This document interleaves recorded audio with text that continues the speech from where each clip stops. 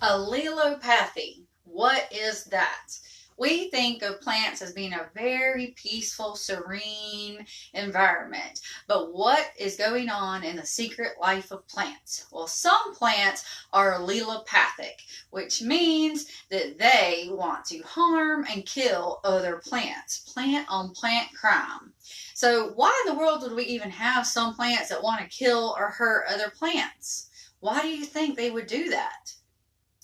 If you think that it's to reduce competition for resources, you're correct. So they're fighting for nutrients and for water and for sunlight, and they want it all. So how do they do it? Well, they release an allelopathic biochemical, meaning it's a chemical that naturally occurs within them. That's the bio part. So a biochemical called Juglone. Now there are some other allelopathic biochemicals, but Juglone is the major one, and that's going to be the one that I want you to be familiar with that term, Juglone. So the Juglone is actually put out in pretty much every part of the plant and to reach out and kill other plants. So how is it going to do that? Our main offender, our biggest offender of allelopathy is black walnut. So anytime you have an English walnut or any kind of walnut tree, they are going to be allelopathic, but our black walnut tree is our biggest offender. Some people say, oh, I can't grow grass, I can't grow flowers, I can't grow anything under these trees because of the shade. And they may be right, it could be shade, but it could also be the fact that their tree is putting out allelopathic biochemicals, Juglone. So, what are the ways the plant is going to reach out to harm or kill other plants? Here's our tree. My great artwork here. Alright, so first of all, it's when the leaves fall, so the leaves fall on the ground and decompose, that is going to put Juglone in the soil, which is not going to let any other plants grow there. So by the leaves just falling on the ground, that's one way. Now we know leaves don't just fall straight down. They also get caught by the wind and fall over here. So how far can Juglone usually reach? About 2 times the diameter of the crown of the tree. So about 2 times that. So it's going to kill everything around. Man, that is some good artwork there. I hope y'all can understand this. All right, so leaves falling and disintegrating in the ground. Another way, when it rains, I'm going to get my blue marker to represent water. So when it rains and the rain falls on the leaves, when it falls through the crown of the tree, the water is actually going to put Juglone in the soil, and then that is going to kill the other plants. So, and again, we know rain doesn't always just go straight down. All right, and then once it's in the ground, it can travel a little bit around in here. All right, so rain leaching the Juglone from the leaves into the ground. Another way is by the roots themselves. So as the roots reach out, the roots have Juglone in them. So any other plant over here that has a root that touches is going to die. So those are the 3 main ways that the biochemicals, the allelopathic biochemicals are spread. Black walnuts are your main one, but your other walnuts are too. Pecan trees are somewhat allelopathic. There's lots of, mostly it's going to be your trees, but there's lots of them. So if you have a tree and you can't grow anything, you may want to research it and find out if it is a strong allelopathic tree. All right, so how can we stop allelopathy?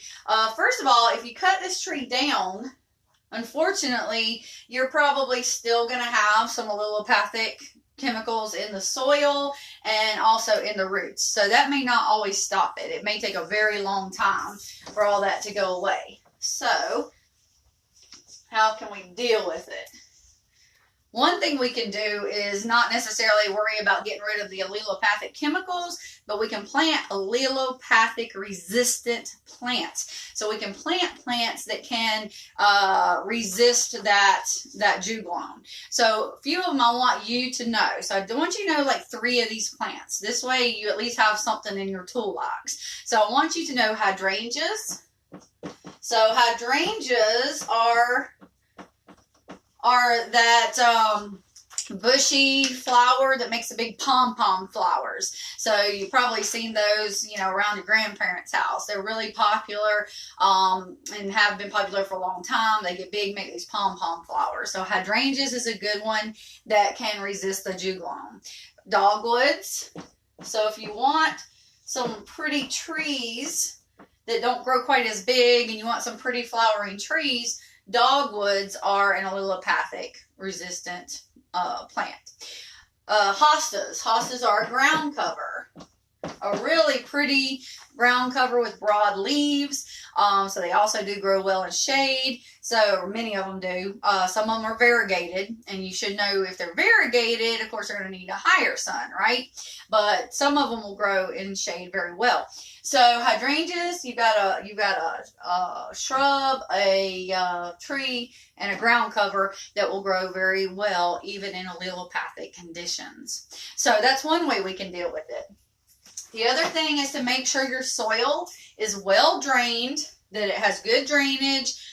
So if you have a very, very high clay content, what is that going to do? Clay has very tight particles that hold together and tend to hold water and not let it drain, right? You need more pore space. So pore space being the area in the soil that can hold air or water. That would be pore space. And that allows roots to break through. It allows water to drain through. So if you have a very high clay content, you've got to create some more pore space for drainage. So you need to bring in sand.